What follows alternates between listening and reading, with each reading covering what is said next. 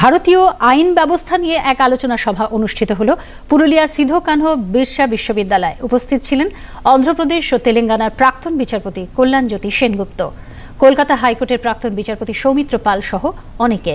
বিশ্ববিদ্যালয়ের উপাচার্য পবিত্র কুমার চক্রবর্তী সেমিনারের উদ্দেশ্য সম্পর্কে জানান।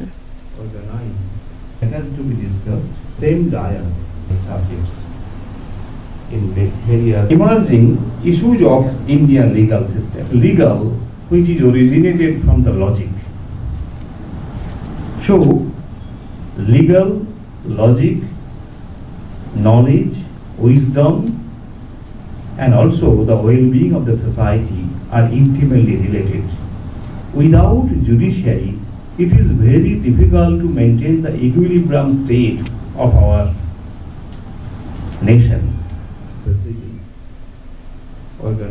সেমিনারে আইন নিয়ে দীর্ঘ আলোচনা করেন বর্তমান ও প্রাক্তন বিচারপতিরা। ভারতীয় ন্যায় সংহিতায় দ্রুত বিচার দেওয়া সম্ভব বলে মনে করেন তাঁরা। এমন কোনো সমস্যা নেই যার আইন ভারতবর্ষে নেই, শুধু কোন আইনে কোন সমস্যা আছে সেটা খুঁজে বার করা, আইনটাকে ঠিকভাবে প্রয়োগ করাটাই হচ্ছে আমাদের কাজ।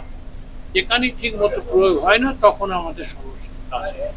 আইন বা ল আমাদের জীবনের সব বিষয়কে ছুঁয়ে যায়, অতএব আমাদের মোটামুটি একটা আইন সম্বন্ধে ধারণা থাকা উচিত।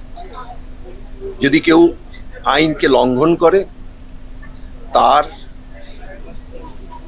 থেকে তার যে দোষীকে শাস্তি দেবার আপনার ফোরাম আছে, কোর্ট, সেই কোর্টে তারা যেতে পারেন এবং সেখানে লিগ্যাল এডেরও ব্যবস্থা আছে। কেউ যদি সেই ব্যবস্থা নিতে চান, কেউ যদি সেই খরচা না পোষাতে পারেন, সে লিগ্যাল এডের ব্যবস্থা আছে। আলোচনা সভায় উপস্থিত মহিলা আইনজীবীরা মহিলাদের উপর সংগঠিত অপরাধে আরো দ্রুত ও কঠোর আইন প্রয়োগের পক্ষে বক্তব্য রাখেন। এখনকার যা পরিস্থিতি এবং যা পরিবেশ তৈরি হয়েছে তাতে আইনের সংখ্যা যেমন বেড়েছে, ক্রাইমও কিন্তু বাড়ছে। এটা আমাদের মেনে নিতেই হবে। আইনটাকে আরো বেশি এক্সিকিউট করতে হবে এবং ইন স্পিডি নেচার আমার মনে হচ্ছে। কারণ আমি বিচার চাইতে যাচ্ছি, বিচার চাইতে চাইতে যদি অনেক ডিলে হয়ে যায় সেখানে কিন্তু অনেক জিনিস একটু অদল বদল হয়ে যেতে পারে, সম্ভাবনা থাকে। Justice delayed means justice denied, এটা আমরা সবাই জানি কম বেশি। তো আমার মোতাবেক আইন তো অনেক আছে, আইনটাকে আরো বেশি স্পিডি করতে হবে, আরো বেশি স্ট্রেনথেন করতে হবে সিস্টেমটাকে।